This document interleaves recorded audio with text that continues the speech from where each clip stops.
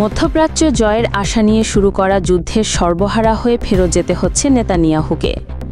লেবাননে অসম্মানজনক যুদ্ধবিরতি চুক্তির আলোচনার মধ্যেই আরও খারাপ খবর এসেছে ইসরায়েলের জন্য। এতদিন দাবি জানিয়ে আসলেও এবার প্রথমবারের মতো স্বাধীন ফিলিস্তিন রাষ্ট্র গঠনের সরাসরি মাঠে নেমেছে সবচেয়ে শক্তিশালী মুসলিম দেশ সৌদি আরব। নেতানিয়াহুর বিরুদ্ধে প্রায় ১০০টি দেশকে এক টেবিলে এনে জড়ো করেছেন সৌদি যুবরাজ মোহাম্মদ বিন সালমান।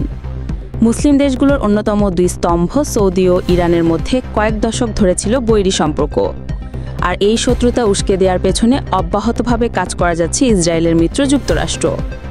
মার্কিনিরা এমন এক সন্দেহ ঢুকেছিল যে সৌদি আরব মনে করত ফিলিস্তিনকে ব্যবহার করে আসলে ইরান মধ্যপ্রাচ্য নিজের নিয়ন্ত্রণে নিতে যাচ্ছে, আর এজন্যই ইরান নিয়ন্ত্রিত হামাস হিজবুল্লাহ পন্থীদের বিরুদ্ধে সৌদি আরবের চিরশত্রুতা। ইরানকে দমনের নামে রিয়াদের সাথে ইসরায়েলের সম্পর্ক স্বাভাবিক করার কাজও শুরু করেছে যুক্তরাষ্ট্র। তবে ১ বছর ধরে ফিলিস্তিনে ইসরায়েলের নির্বিচার গণহত্যায় এবার ভুল ভেঙেছে সৌদি আরবের। মোহাম্মদ বিন সালমান বুঝতে পারছেন ইরানের স্বাধীনতা জিগিয়ে রেখে এতদিন নিজেদের আগ্রাসন বানিয়েছে ইসরায়েল ও যুক্তরাষ্ট্র। দুই শক্তিশালী মুসলিম দেশের বিবেককে কাজে লাগিয়ে ফিলিস্তিন, লেবানন, ইরান, ইয়েমেন, সিরিয়াকে মুছে ফেলতে চেয়েছে যুক্তরাষ্ট্র ও ইসরায়েল। তবে দেরিতে হলেও ঘুম ভেঙেছে সৌদি আরবের। ইরানের বাড়ানো বন্ধুত্বের হাতে হাত মিলিয়ে এবার মুসলিম বিশ্ব এক কাতারে এসে দাঁড়িয়েছে।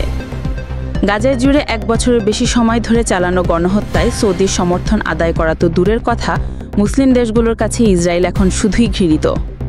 যুদ্ধবিরোধী মনোভাব ব্যক্তর তীব্রতা আগে কখনোই পায়নি। মুসলমানদের ওপর আগ্রাসন চিরতরে বন্ধ করতে উঠে পড়ে লেগেছে সৌদি আরব।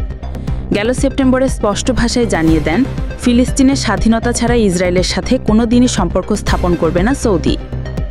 এবার স্বাধীন ফিলিস্তিন রাষ্ট্র গঠনের ৯০টির বেশি দেশকে রিয়াদে এনেছেন মোহাম্মদ বিন সালমান। সৌদির উদ্যোগে রাষ্ট্র গঠনের উদ্দেশ্যে বিশ্বের নতুন এই আন্তর্জাতিক জোট শুরু গেল মাসেই আত্মপ্রকাশ করে।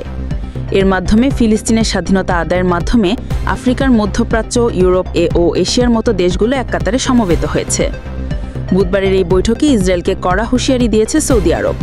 জানায় ফিলিস্তিনি জনগণের নিজেদের ভূমি থেকে চিরতরে উচ্ছেদ করাই ইসরায়েলের নির্বিচার গণহত্যার উদ্দেশ্য।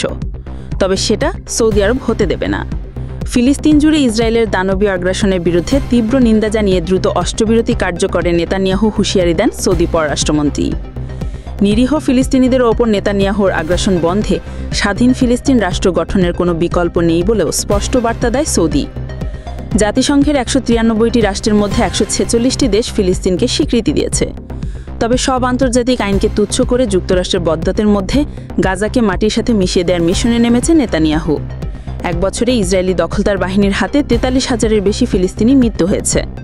ত্রাণ ও অবরোধে গাজার সব মানুষ মৃত্যুর ঝুঁকিতে আছে বলে সতর্ক করেছে জাতিসংঘ। আন্তর্জাতিক ডেস্ক, পি নিউজ টিভি।